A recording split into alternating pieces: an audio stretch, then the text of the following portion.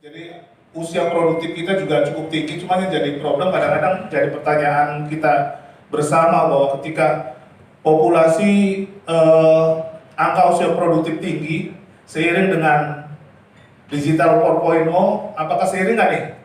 Apakah kita akan tetap menjadikan itu sebagai bonus? Karena kita tahu, sama-sama tahu bahwa digital 4.0 juga menggerus SDM. Karena kalau kita lihat sebetulnya antara perkembangan di negara berkembang dengan negara maju itu berbeda. Kalau kita boleh lihat kasus per kasus, kejadian Century itu di Amerika kejadiannya 1927 ke Bank of America, banknya orang imigran Jerman, tukang jahit, saat itu yang mengalami kolaps, sama-sama kecil tapi juga terjadi sistemik, sampai beberapa bank mengalami kolaps. Itu kondisinya sama dengan ketika terjadi Century, ada jarak yang panjang. Kemudian pertumbuhan populasi di negara-negara maju juga berkurang, ya seiring dengan kebutuhannya kan tinggi. Jadi dia harus mengurangi beban keluarga. Hanya jumlah penduduk produktif juga berkurang. Makanya mereka menciptakan sebuah sistem atau teknologi untuk melakukan akselerasi pertumbuhan.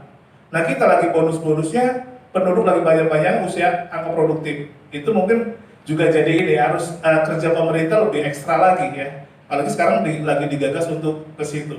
Untuk perusahaan yang go public juga di sini ada apa ya, prospek yang baik. Sebenarnya kalau Bapak Ibu ada yang punya perusahaan juga, satu ada apa namanya ya, diskon untuk tax ya dari 25% jadi ke 20% ketika perusahaan yang go public itu bisa share sahamnya ke publik di atas 40% ini ya. Kemudian kita menjadi negara yang destinasi untuk investor ketiga, bertanya, terus kemudahan bisnis juga meningkat dari 91 ke 73 ya. Dan yang tidak kalah penting sebetulnya ya, kita juga masih menjadi negara yang produksi palm oil kita itu nomor 1 dan nikel ya, itu di dunia terbesar ya. Kemudian juga natural gas LNG kita nomor 2, terus gold itu urutan ke-5 dan copper urutan ke-8 ya. Jadi cuman ini masalahnya kan ekonomi dunia lagi slow down. Ini yang jadi problem ya. Ketika ekonomi dunia tidak melambat, tentunya ini akan jadi daya dobrak nih. Sebetulnya tahun 2018 sampai 2019 ya, mining tuh mulai naik tuh dari mati surinya gitu kan.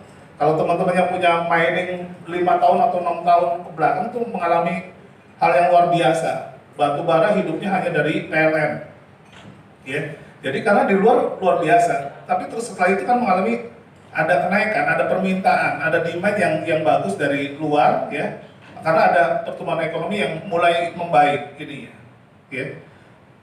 Kemudian strategi position sendiri, kita juga menjadi negara yang founding member untuk ASEAN, terus kemudian kita member di G20 ya, terus member di United Nations ya. Jadi ini beberapa prospek yang sebetulnya kalau secara keseluruhan bahwa kita masih positif nih dari angka-angka yang ada ya Indonesia ini secara fundamental. Cuman ada beberapa hal mungkin kalau kita lihat dari bedah lagi ekonomi high-tech-nya, yang jadi problem adalah di sini nih teman-teman ya.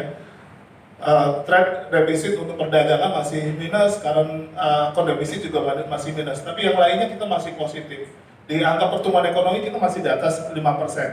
Karena kalau angkanya 4%, kita bisa lihat waktu zaman kita ada krisis 2008, negara-negara di dunia mengalami perlambatan dan hanya 5 negara yang positif.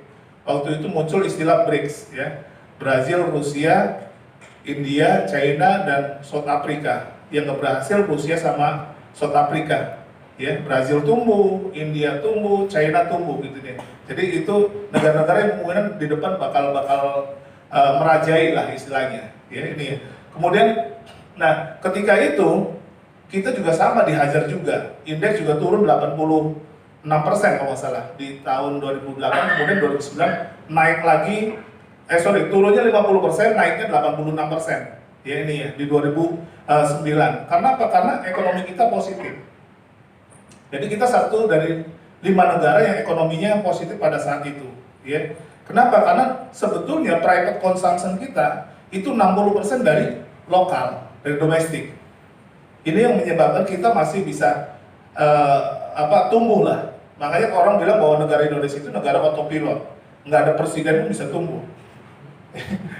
Karena ya itu gitu, transaksi antar kita cukup lumayan besar. Ini itu wacana negara otopilu itu 2009 tuh ini ya, muncul di koran-koran waktu itu masih Pak SBY.